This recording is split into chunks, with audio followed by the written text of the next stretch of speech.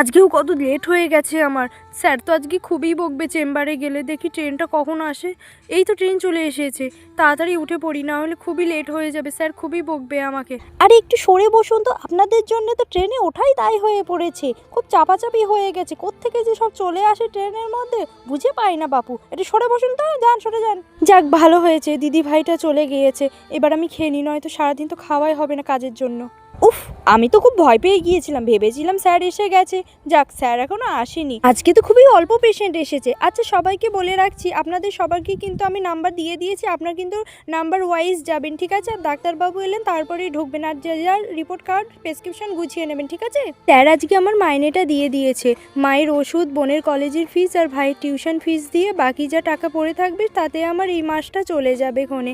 হাজারো ছেলে মেয়ের এভাবেই সময়, দিন, মাস, বছর কেটে যায় পরিবারের দায়িত্বগুলো সামলাতে সামলাতে।